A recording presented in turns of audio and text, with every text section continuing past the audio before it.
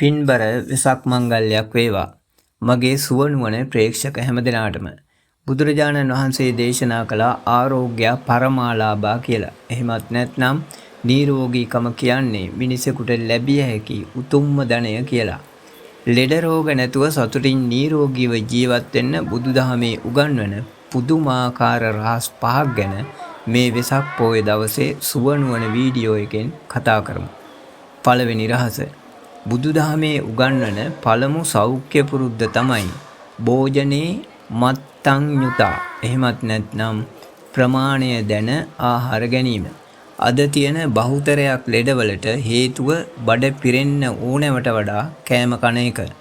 බුදුදහමට අනුව කුස පිරෙන්න කන්නේ නැතුව කෑම වේලෙන් භාගයක් කනකොට වතුර බොන්න ඕන.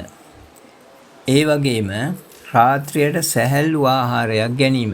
රාත්‍රියට ආහාර නොගෙන සිටීම බුදුරජාණන් වහන්සේ දේශනා කළා. නූතන විද්‍යාවෙන් පවා මේක 100%ක්ම නිවැරදි බව තහවුරු කරගෙන තියෙනවා. දෙවෙනි රහස. මනස නිරෝගී කර ගැනීම. ඊර්ෂාවෙන්, වෛරයෙන්, ක්‍රෝධයෙන් ඉන්නකොට අපේ ශරීරයේ ලේ විෂ වෙනවා. ප්‍රෙෂර් එක සහ ශරීරයේ සීනි මට්ටම ඉහළ යනවා. නත්ති සන්ති පරං සුඛං. සිතේ සහනය තරම් වෙන සතුටක් නැහැ.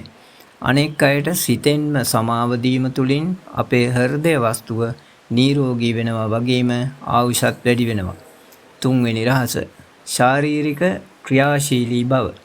බුදුරජාණන් වහන්සේ භික්ෂූන් වහන්සේලාට සක්මන් භාවනාව දේශනා කළා. එක දිගට එකම ඉරියව්වේ ඉන්නේ නැතුව හිමින් නැවිදීම, සක්මන් කිරීම මගින් ආහාර ජීර්ණය හොඳින් සිදුවන අතර ශරීරයේ ලේ ගමනාගමනය ක්‍රමවත් වෙනවා. නහර ශක්තිමත් වෙනවා. ඉතින් මේ හතරවෙනි රහස. සන්තුට්ටි පරමන්දන. තමන්ට තියෙන දේවල් ගැන සතුටු වෙන්න කියලා අධික ලෙස භෞතික දේවල් පසුපස හඹා යාම නිසා අද බොහෝ අය මානසික ආතතියටපත් වෙලා. මේ මානසික ආතතිය තමයි ગેස්ට්‍රයිටිස් සහ heart attack වලට මුල. තමන්ට තියෙන දේවල් ගැන සතුටු වෙමින් ඒවාට ස්තුතිවන්ත වෙනවා නම් තමන්ට තව තවත් හොඳ දේවල් ඉබේම ළඟා වෙනවා. පස්වෙනි රහස. සිහියෙන් වැඩ කිරීම.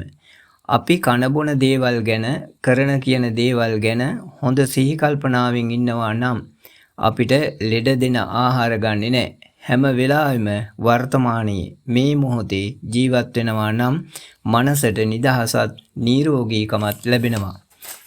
ඉතින් මේ පින්බර වෙසක් දවසේ ඉඳලම බුදුදහමේ එන මේ උතුම් සෞඛ්‍ය උපදෙස් ඔබේ ජීවිතයට එකතු කරගන්න.